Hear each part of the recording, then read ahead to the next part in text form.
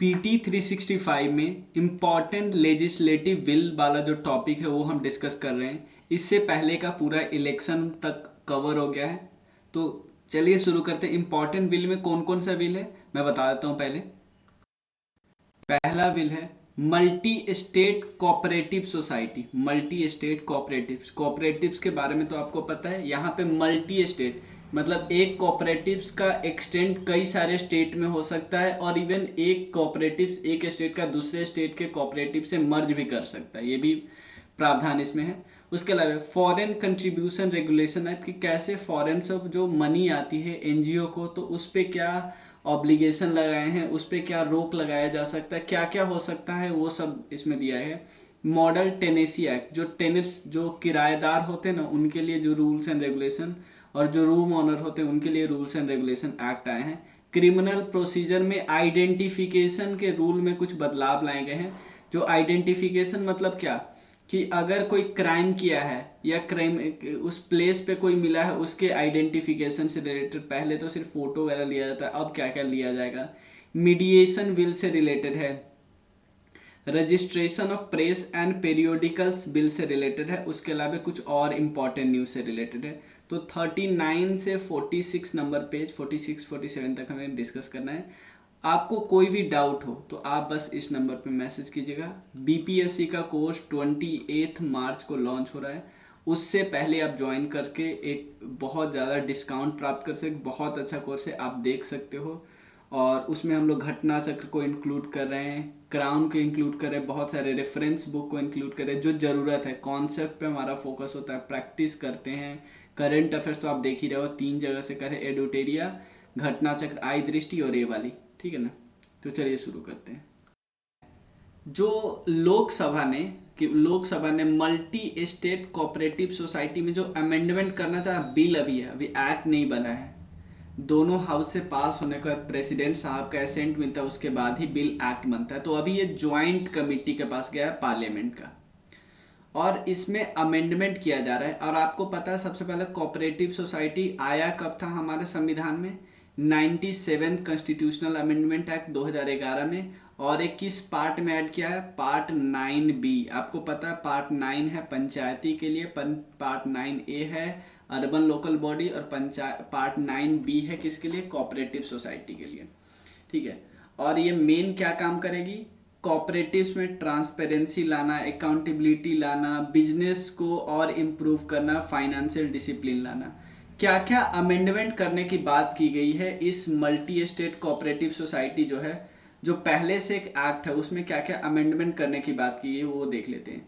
पहला amendment, CEA बनाना है। CEA मतलब कोऑपरेटिव्स इलेक्शन अथॉरिटी। भाई इलेक्शन कौन करवाएगा इस कोऑपरेटिव्स में, इसमें 3 मेंबर होंगे, एक चेयरपर्सन होंगे, सॉरी 5 मेंबर होंगे, चेयरपर्सन, वाइस चेयरपर्सन और 3 मेंबर और होंगे जो कि सेंट्रल गवर्नमेंट अपॉइंट करेंगे, ठीक है। और इन्हीं यही लोग क्या करेंगे, इलेक्शन करवाएंगे और इलेक्टोरल रोल्स तैयार करेंगे। उसके अलावा कोऑपरेटिव्स ओम्बड्समैन, इसका मान क्या क्या काम होता है, जो भी प्रॉब्लम होगा ना, जो भी कंप्लेन होगा उसको सॉल्व करेंगे।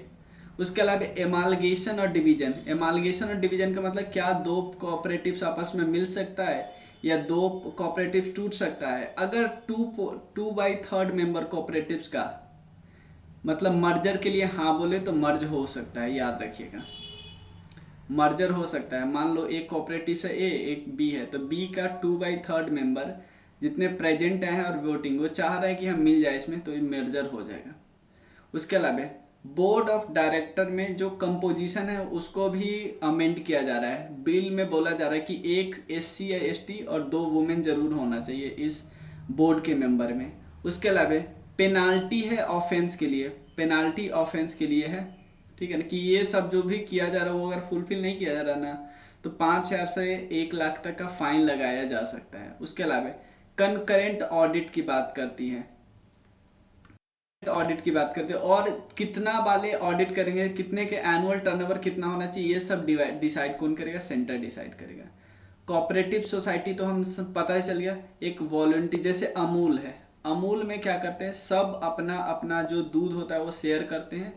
तो इसमें वॉलंटरी एसोसिएशन है इंडिविजुअल का जिसका नीड कॉमन हो, जो ज़रूरत है वो कॉमन हो। कोऑपरेटिव्स कौन सा सब्जेक्ट है? स्टेट सब्जेक्ट है, याद रखिए। महाराष्ट्र में सबसे ज़्यादा कोऑपरेटिव्स है, उसके बाद यूपी में, उसके बाद न्यू दिल्ली में। जो पूरी दुनिया का 300 सबसे लार्जेस्ट कोऑपरेटिव सोसाइटी है उसमें इंडिया का कौन कौन है? अमूल, इफ्को और क्रिब्को।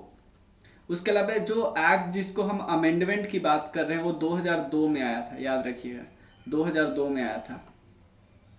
ये बात सब हम ऑलरेडी कर ही चुके हैं, ठीक है। चलिए और कुछ पॉइंट लिख लेते हैं। कितने कोऑपरेटिव्स हैं इंडिया में? कोऑपरेटिव्स क्रेडिट सोसाइटी वाली है, प्रोड्यूसर मतलब जो स्मॉल प्रोडक्शन करती है, कंज्यूमर मतलब जो कंज्यूमर के प्रोटेक्शन की बात करती है, कोऑपरेटिव्स फार्मिंग की बात करते हैं जो लैंड राइट की बात करता है, हाउसिंग कोऑपरेटिव्स होता है, मार्केटिंग कोऑपरेटिव्स होता है। अब ये कुछ इंपॉर्टेंट पॉइंट है जो कॉन्स्टिट्यूशनल और लीगल प्रोविजन है। ये तो हमें एक्ट हमें पता है 2002 वाला एक्ट है।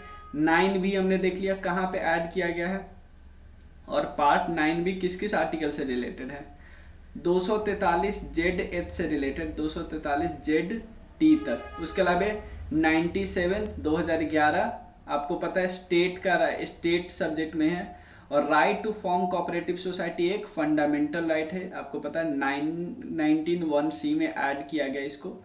उसके अलावा 7th शेड्यूल में स्टेट लिस्ट में कोऑपरेटिव सोसाइटी है, तो ये सब हमको पता है। उसके अलावा जिस तरह गवर्नमेंट ई मार्केट प्लेस का है, जिस तरह सरकार नहीं खरीदती है, एक मार्केट प्लेस है गवर्नमेंट ई मार्केट पोर्टल है, ऐसा बोला जा रहा है ये वन स्टॉप पोर्टल है। कोऑपरेटिव सोसाइटी भी यहीं पे खरीदे। जिस ऐसे कोऑपरेटिव जिसका टर्नओवर और डिपॉजिट 100 करोड़ से ज़्यादा है वो यहाँ से खरीद सकते, इससे एफिशिएंसी मिलेगी। ओपन मार्केट में महंगा भी पड़ेगा। और जो GEM है किस मिनिस्ट्री के अंदर आता है? मिनिस्ट्री ऑफ इलेक्ट्रॉनिक्स के अंदर आता है। चलिए फॉरेन कंट्रीब्यूशन रेगुलेशन एक्ट की बात करते हैं।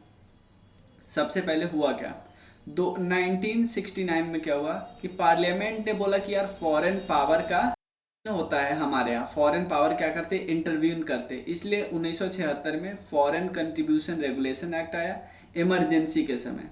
2010 में क्या किया, जो भी एक्ट थे उस सबको कंसोलिडेट किया और ऐसा बोला कि फॉरेन फंड ऐसे जगह यूज ना होना जो देश को खतरा पहुंचाए, देश के नेशनल इंटरेस्ट को खतरा पहुंचाए, देश के ग्रोथ को डेट्रीमेंटल करे, मतलब ग्रोथ ना होने दे। 2020 में क्या किया, अमेंड किया गया और scrutiny over the receipt and the utilization of the foreign fund by NGO, जो भी NGO यूज करते हैं उसका स्क्रूटनाइज होना जरूरी है। भाई पैसा खर्चा कहाँ करते हो, ठीक है ना। अब देखिए यहाँ पे सेंट्रल गवर्नमेंट ने अभी नोटिफाई किया है रेगुलेशन अमेंडमेंट रूल, ताकि कंप्लायंस बर्डन जो सिटीजन पे है ना उसको कम किया जा सके। कंप्लायंस बर्डन सिटीजन पे है, ठीक है। क्या कर सकता है, इस एक्ट के थ्रू कोई भी इंडिविजुअल बिना गवर्नमेंट को बताए 10 लाख क्या कर सकता है, किसी NGO को दे सकता है। अगर 10 लाख से ज़्यादा करना चाह रहा है, 10 लाख से ज़्यादा शेयर करना चाह रहा है तो गवर्नमेंट को 3 महीने के भीतर बताना होगा। मतलब पैसा दे दिया उसके 3 महीने बाद गवर्नमेंट को बताना होगा। अब देखो ये रूल अभी आया नहीं है, अमेंडमेंट रूल, ठीक है ना, सॉरी आ गया है, ठीक है। और इसमें और क्या है कि एंटिटीज, अब कौन कौन सी एंटिटीज पैसा ले सकती है, जैसे political parties, legislature member, election candidate, government servant, जजेज, जर्नलिस्ट और मीडिया हाउसेस, ये सब ले सकते हैं। बट पहले इन लोग को रोका गया था, याद रखिएगा। उसके अलावा time limit prescribe for intimation to central government for application of obtaining registration और prior permission under FCRA to receive fund. ये पहले क्या होता था, 15 दिन के अंदर होता था, अब 45 दिन के अंदर बताना है, याद रखिए प्रायर परमिशन लेना होता है। उसके बाद एक सेपरेट नोटिफिकेशन डाला गया जिसमें क्या, लिस्ट ऑफ कंपाउंडेबल ऑफेंस, मतलब जो कंपाउंडेबल ऑफेंस होते हैं ना उसको घटा दिया गया है, सॉरी बढ़ा दिया गया है, 7 से 12 कर दिया गया है। कंपाउंडेबल ऑफेंस क्या है, कंपाउंडेबल ऑफेंस का मतलब है जो कॉम्प्रोमाइज नहीं हो जाता है, कि कंप्लेंट क्या कर सकते फिर से बैक भी लिया जा सकता है। और एक और चीज़, FCRA किस मिनिस्ट्री के अंदर आता है? मिनिस्ट्री ऑफ होम अफेयर्स के अंदर आता है, ये बात याद रखिएगा। उसके अलावा 7 शेड्यूल में कंकरेंट लिस्ट में दिया गया है, इसमें एसोसिएशन वगैरह के बारे में इसमें दिया है। FCRA ये सब एक्ट है NGO को रेगुलेट करना। और ये है जो सोसाइटी रजिस्ट्रेशन एक्ट की बात करते हैं नॉन प्रॉफिट ऑर्गेनाइजेशन के लिए। और कंपनीज एक्ट तो हो गया। फॉरेन फंड, ये तो हमने बता दिया कौन कौन आप फंड को रिसीव कर सकता है। और एक और चीज़ याद रखिए, FCRA का आपका सेपरेट अकाउंट होता है, SBI का अकाउंट होना चाहिए न्यू दिल्ली में। और ये जो अकाउंट है ना, इसमें आप कहीं और से पैसा नहीं मंगवा सकते, याद रखिएगा। 5 साल की वैलिडिटी होती है, फिर से रिन्यू करवाना होता है। जिस समय एक्सपायरी हो गया ना, उसके 6 मंथ में फिर से रिन्यू करवाना होता है।